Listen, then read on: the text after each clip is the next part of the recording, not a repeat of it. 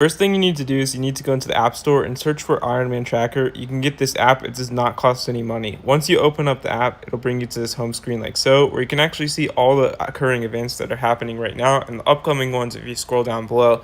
Or you can actually search for an event with the search bar right here. So I'm doing Ironman Lake Placid. You can just type in Lake Placid just like this, like so. And once you type this in, it'll basically pull up all the past ones and all the current ones that are upcoming. You click on it and you can actually view your tracker. You can claim your own tracker, or you can track your athletes just using this app. How you can do this is you can simply click on view tracker and you can search for someone's number. In this case, if I want to track number 185, you can see you can click on the plus sign and we can click on them and you can see this is an interactive map. You can view them in real time. Obviously the race hasn't started, but you can zoom in and display where exactly they are in the course.